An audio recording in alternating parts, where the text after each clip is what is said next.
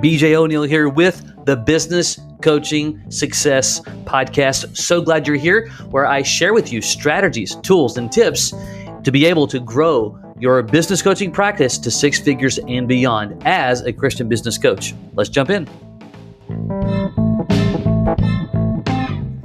All right, in this episode of the Business Coaching Success Podcast, we're talking about the challenges that coaches can have related to not being successful, and that all stemming from distractions.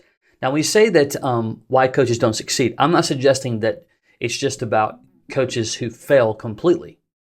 But some coaches take, way too long to either A, get their first client, or B, just certainly even get anywhere close to the goals that they said that they have in building their business coaching practice.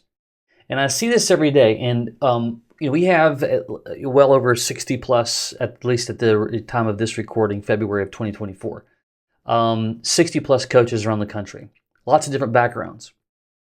And with that many people, you obviously would recognize lots of different personalities. And we see it every day where you get somebody who doesn't have like a lot of business background, yet they become uber successful. Or those who have a significant amount of business background, but they struggle, and and by struggling, I just mean that they're not hitting the strides that they want to hit, or they just can't seem to get clients at all. And when you look at that, you have to kind of ask the question: well, how is that? How can some make it work and some not? And I'll tell you that while yes, you have to follow strategies, you have to follow plans. At the end of the day, though, like anything else that you do in life, it requires a set of disciplines to see things through. Well, distractions are by far one of those challenges that coaches can fall into that trap. So recently, I had a conversation with one of our coaches, I say recently, within the last year, who began to, share, their challenges. And as we had this conversation and we were kind of going back and forth, I'm like, well, why are you, he was beginning to now tell me what he was working on. And I'm like, well, why are you doing that now? Because it was different than what he had told me, just weeks and months before. And by the way, weeks and months before that, that was different than before that. And so the list kind of goes on and on. And they began to go down a road of, they'd had some clients, had lost some clients kind of thing.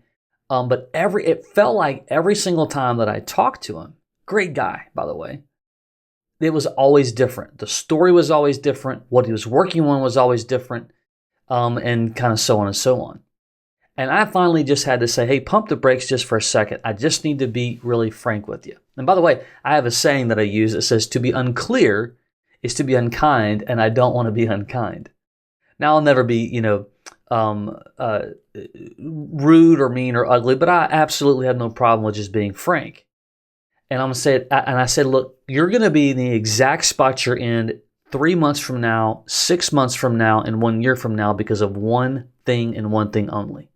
You are heavily distracted, period. And by the way, a lot of entrepreneurs have what we call the shiny object syndrome, to where very difficult to stay focused. But I'm just going to tell you now, if you're just starting out building your business coaching business, or if you're considering and you're thinking about, hey, I want to, I would love to make a significant impact on the lives of other businesses, business owners, and help them significantly grow the revenues and the profits of their business. If that is you, I need to tell you that one of the underbelly foundational principles is discipline and avoiding or working hard to avoid distraction as much as possible. So just a few things I want you to think about as you, again, if you're considering coaching or if you are already coaching as it is right now. Now, specifically, if you don't know, I work with Christian men, giving them a done-for-you, six-figure business coaching practice so that they can live life on their terms. But that cannot happen if you are heavily distracted. And I do want to be very clear.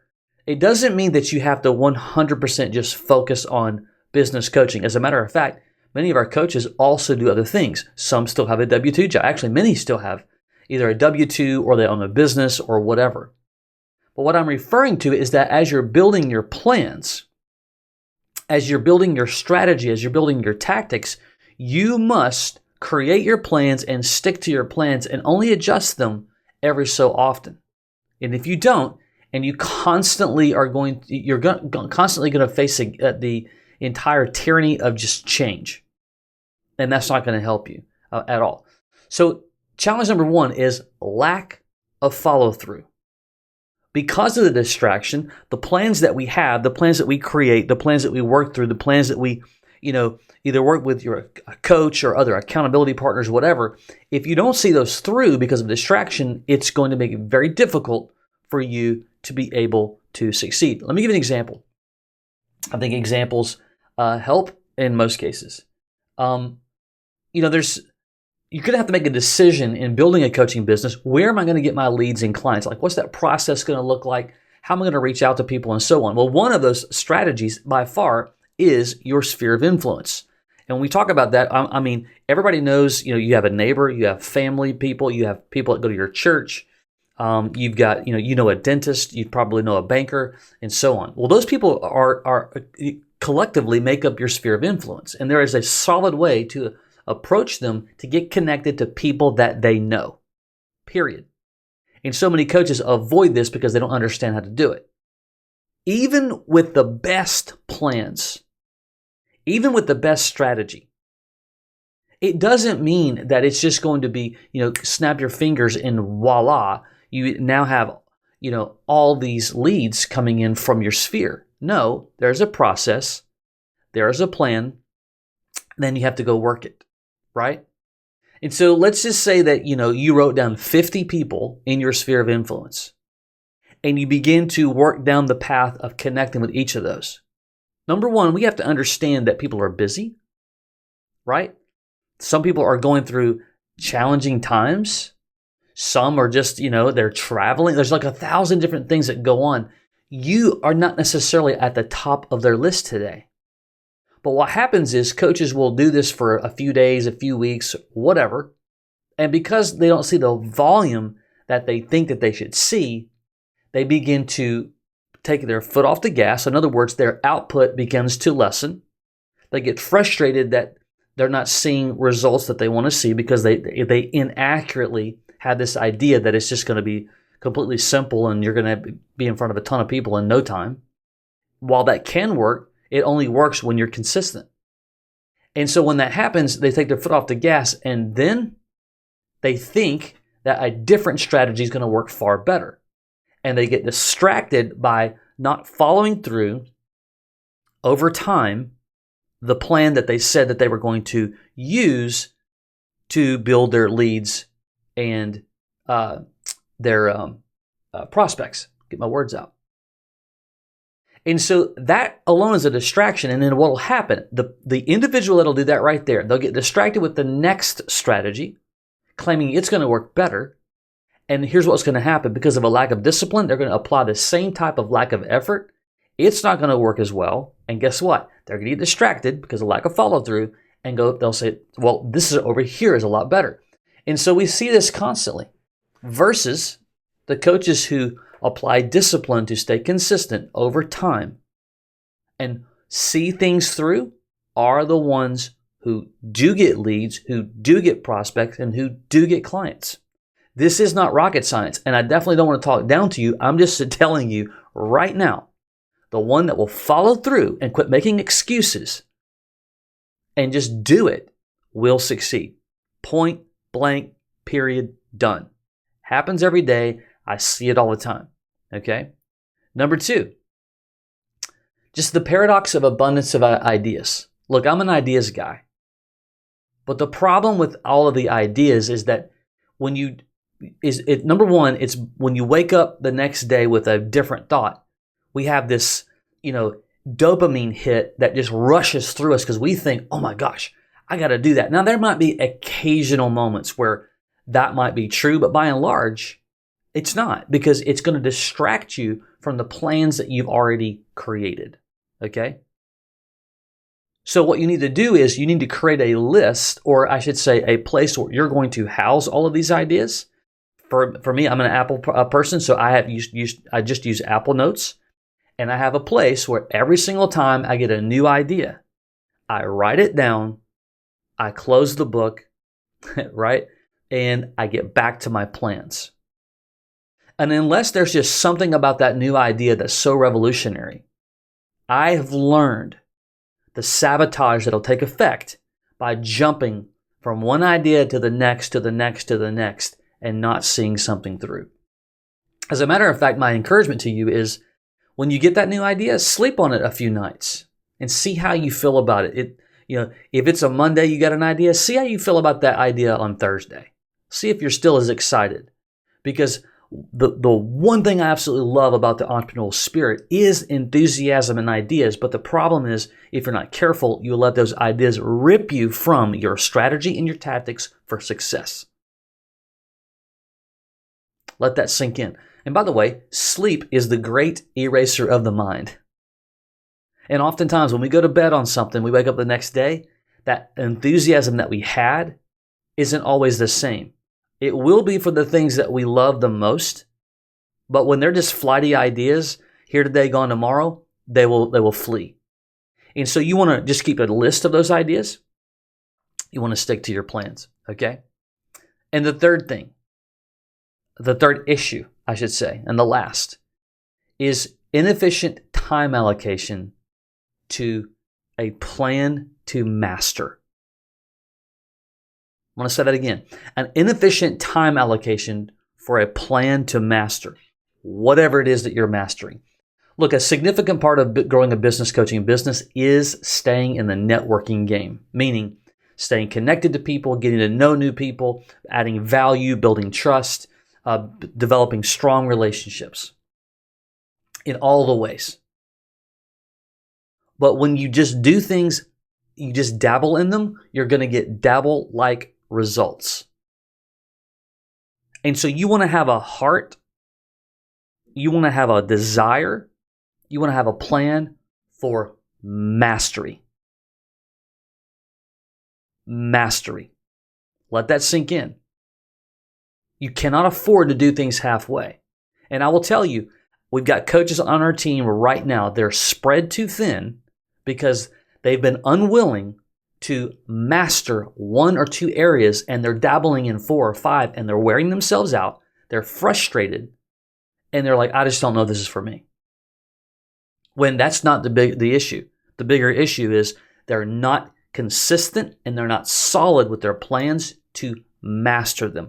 Over the weekend, or I should say last week, we had a water issue in our home, and some water got into our kitchen ceiling. Not a lot, but enough to, make a mess. We'll say it that way, but nothing crazy, and not enough to make an insurance claim, and certainly not enough to probably hire someone to fix some of the ceiling areas that just needed to be fixed. I can do some of those things by myself. All right, and so I begin to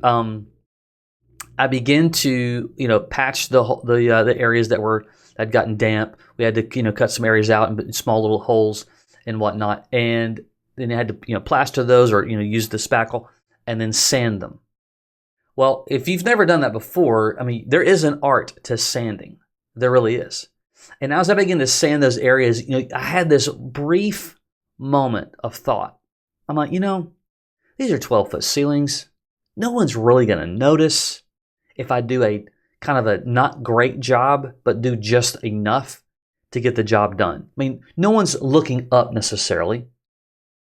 And then it hit me, I'm like, but that's the problem with that type of thinking, is that completely sabotages your desire to A, do it right, and B, to master it and do a job well done. And business growth is the same way. When we have this, I'm just barely going to do this. I've done this for a few days. It's not working like I thought it was. I probably just need to shift to something different. It's probably not going to work out anyway. Like, these are the kind of thoughts that as believers, as Christians, the enemy absolutely wants to sabotage you with. So you've got to give yourself appropriate amount of time. And I told myself, no, I need to take the extra time and the extra care to do this correctly. Now, I'm not going to be a master carpenter per se, but you should be able to get the point. So I hope these keys are sinking into you. If you're considering becoming a coach, I will tell you right now, have a heart for mastery, number one. Have a heart to see things through. Have a plan to trap all of your ideas, but stay consistent to just a couple of them, because you do not need more than a couple at a time. There's basically only about eight or so areas that a coach is ever going to use to build their business coaching business. And just because one thing is amazing for one coach doesn't mean it's going to transfer exactly the same way for another. And so you do have to find what works for you, but bigger than that, you have to spend the time to master it, to be dedicated, and to not get distracted on the days it's working, on the days it's not working. And when it's not working, you find out why and adjust. You find out what are the things I need to do to make it work. It will work. Networking works. Doing your workshops work.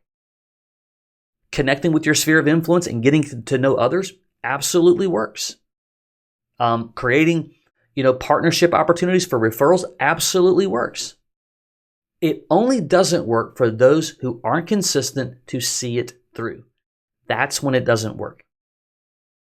And so if you're coaching right now and the avenue that you're using isn't working, number one, if you haven't chosen one, there's part of your problem. But if the avenue isn't working, I would encourage you to evaluate it. Number one, am I really putting, even if you only have 2 hours a week, if that's all you have, and by the way, you can absolutely start a coaching business with a couple hours a week, period. People do it every day. I did it. But usually we spend more time making excuses as to why it didn't work than actually making it work. Don't get trapped with too many ideas. Don't get distracted. See things through and have the heart for mastery. If you are listening to this or watching this episode today and you're like, you know what, I do want to make an impact into the lives of others, you just don't know where to start. That gap is you don't have systems, you don't have tools, you don't have resources. Where do I start? You're wanting to figure that out. You can go to businesscoachmastery.com. That's businesscoachmastery.com. There's some information that you can get there that will answer that question for you. And if you're just curious about what does it take and how will the done for you system that we utilize at Business Coach Mastery work for me, we can schedule a time there. There's some information there to chat, and we can go from there. All right. Until next time, take care.